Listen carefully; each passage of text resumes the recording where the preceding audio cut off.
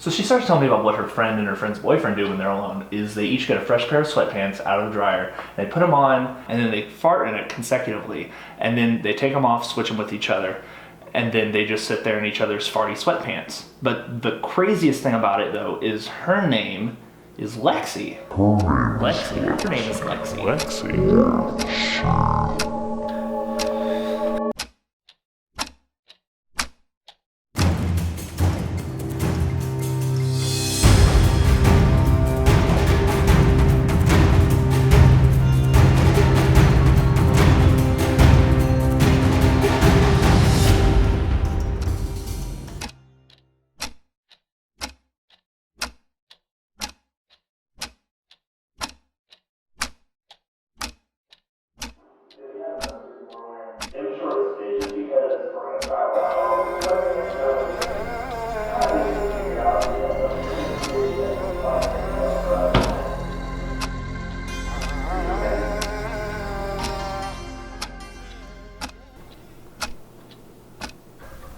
What? You alright?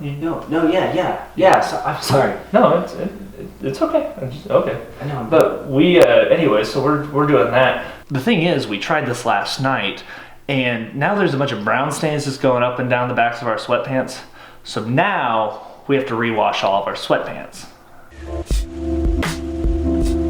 Our names are a lot more important than most people realize. Did you know that your name alone can influence your appearance, your place in society, and even your job? Studies show that people are able to match strangers' faces with their names with up to 40% accuracy, a rate that's marginally higher than random choice. And this is partially because our names, just like any other classification or group we hold, have associated stereotypes. These generalizations come from our experiences, our expectations based on what we see in movies or read in books, and even the way that the names sound. Picture a person named Bob. In my mind, I see a chubby bald guy with a mustache. But when I picture a Jake, I see a skinny guy with pointed facial features and like long greasy hair. And both of these mental pictures are just based on my inner stereotypes about these names. Our names affect not only how we're perceived, but also how we behave and express ourselves. That's because my name's Ty. Research suggests that we subconsciously alter our behavior and appearance to meet the standards placed upon us by society. It's like a self-fulfilling prophecy. That's why Zach is more likely to have a neck tattoo than Zachary. And Pam is most likely to be a receptionist. That one's not actually based in fact. I just needed to make an Office reference to segue into this transition. He who must not be named, I wouldn't do that. Voldemort. Okay. Voldemort. Seriously. Voldemort. Really shouldn't be saying that. Voldemort. Voldemort. Can you think of another identifier that holds a lot of stereotypes and societal expectations? I'll give you a hint. Boys like the color blue and playing with monster trucks, and girls like the color pink and making 30% less money.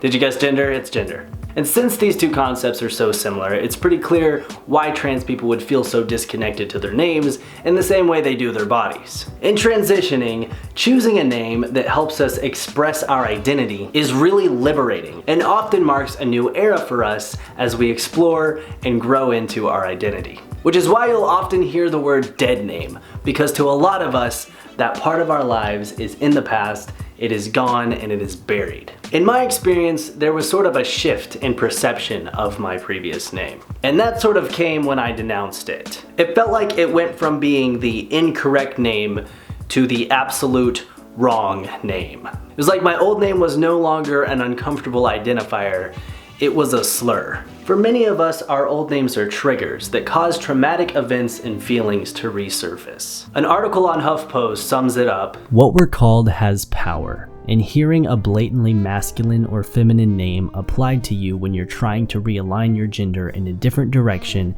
can be a source of profound dysphoria-inducing anxiety. Hearing or seeing one's old name can induce a visceral sense of terror that, no matter how much progress one makes in their transition, the person they used to be, or pretend to be, is still there. And that's very true. A Psychology Today article reads, Just seeing a list of negative words for a few seconds will make a highly anxious or depressed person feel worse. And the more you ruminate on them, the more you can actually damage key structures that regulate your memory, feelings, and emotions. You'll disrupt your sleep, your appetite, and your ability to experience long-term happiness and satisfaction. The way I feel about my old name has changed over time. At the beginning of my transition, it was a lot like what I described and felt in the dramatization in the intro of this video. But these days, I don't really think about it because I don't hear it that often. And when I do, it's not aimed at me. So while it may not send me into a downward spiral, running through the woods and viewing myself from a third person perspective, it definitely feels weird to hear. It is cringe-inducing at the very least. My name was completely different from my old name, and not by accident. But there are many trans people who choose variations of their old names, or even choose not to change their name at all. I found this really interesting and wanted to explore it a little more, so I'm going to talk to a couple of trans people I know in real life who have done this, who have this experience. Damn, it's so nice. Look at your facial hair. That's awesome, dude. I'm excited. I'm excited for I it. wish it'd grow up. Yeah, it will. That's what's coming next. Yeah. So your name is Sam. Yes. How did you choose your name? I was already named Sam. Yeah. So I just changed it from Samantha to Samuel. Well, that makes things easier then, doesn't it? Right. Does anyone ever, like now, misgender you with your old name? I get a lot of mail that says Samantha, but yeah. But in person, no, not really. Do you have any thoughts or just anything on the name change process in general? Cost me almost $200, but Other than that, it wasn't too bad? no, it wasn't too bad. Did people tend to respond well to you changing your name? Do you think it was easier with it being Sam? It really didn't change a lot because I never did let anybody call me Samantha anyway. Oh yeah. So they always just called me Sam. So it never really changed much. And then like people find out that I did change it, they'll say, "Oh wow, you changed your name." I'm like, "Yeah, I mean."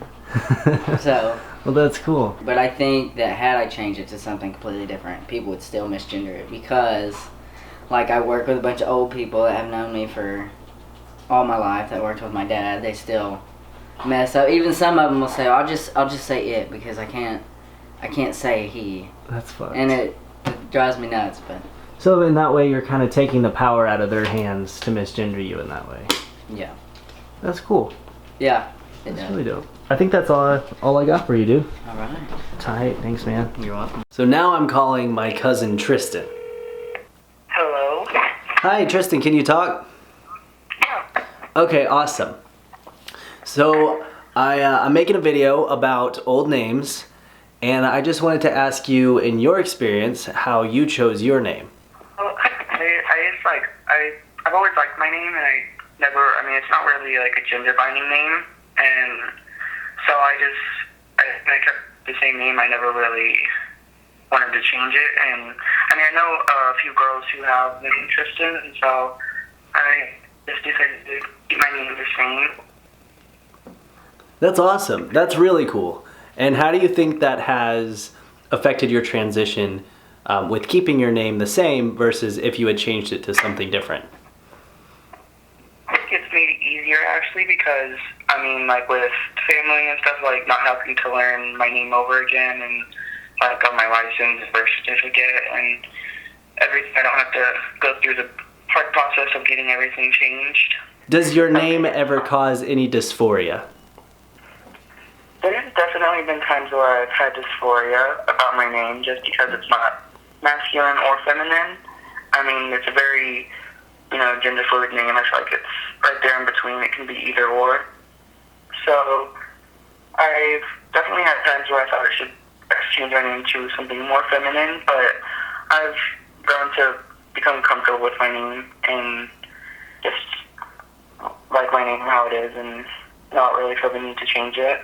That's very cool, very cool. And I kind of mentioned this because I talked to my buddy Sam about this same thing, is that it kind of takes the power away from people being able to use your old name against you. And I think that's really cool. Yeah, definitely. Sweet. Well, thank you for talking to me about it, Tristan. I'm really glad to have had you in the video, and I hope to see you soon. You ready? How's it going?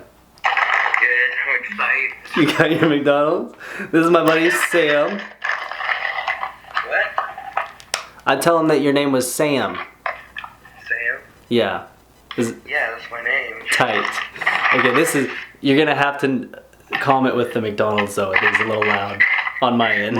Why do I have to comment on it? It's just happening. No, I said calm it. Oh, okay. Okay. So Sam here is a different Sam.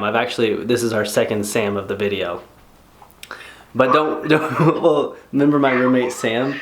I talked to him about it too. Oh, yeah. Okay, yeah. A lot of Sam's out there. We got a lot of Sams out here. Don't worry, it doesn't make you any less special. So I wanted to ask you how you chose your name. Well, because I had a name that was so easily, like, gender neutral, if it was modified, then it wasn't as, but, like, I didn't have a name that was completely, I guess, feminine, and, I mean, I did. It was originally Samantha Grace, but, I pretty much just chopped the rest off, and I was like, well, Sam's good, like, that pretty much goes with anything ever, so I was pretty happy with it. It wasn't like I completely drastically changed it. And then my middle name was Grace, so I just changed it to my grandfather's name, which was Gino, and I was like, that's tough, so... That is pretty dope. That's pretty hardcore. I have the same initials I always have, because I'm one of those people who was like, let's just do something easy. I wish, like, I kind of do regret, I wish I would have picked a name that was, like, really cool, but, I mean... It's too late now. So, like, I'm just living with it. Do you ever have any, or have you had any dysphoria related to your name? Like before it got changed? No, like, just as Sam, that name itself, have you? Oh, not at all, no. I feel like Sam is one of the most, like, either it's like a cool girl name or it's like an old dude, like, or it's like there's not a lot of young guys I feel like that are still named Sam, so I kind of like it, because a lot of old people tell me that, like, oh, my husband's name is Sam and no one's named that anymore, and I'm like, what? That's awesome. Like, okay. That's a good way to look at it. Yeah, I think it's so easy. It's like, it's just such a simple name that I feel like it could go totally masculine or feminine either way, and that's why it works so well. Do you ever... Dogs everywhere. That's okay, I love dogs. Do you ever associate it with your previous name?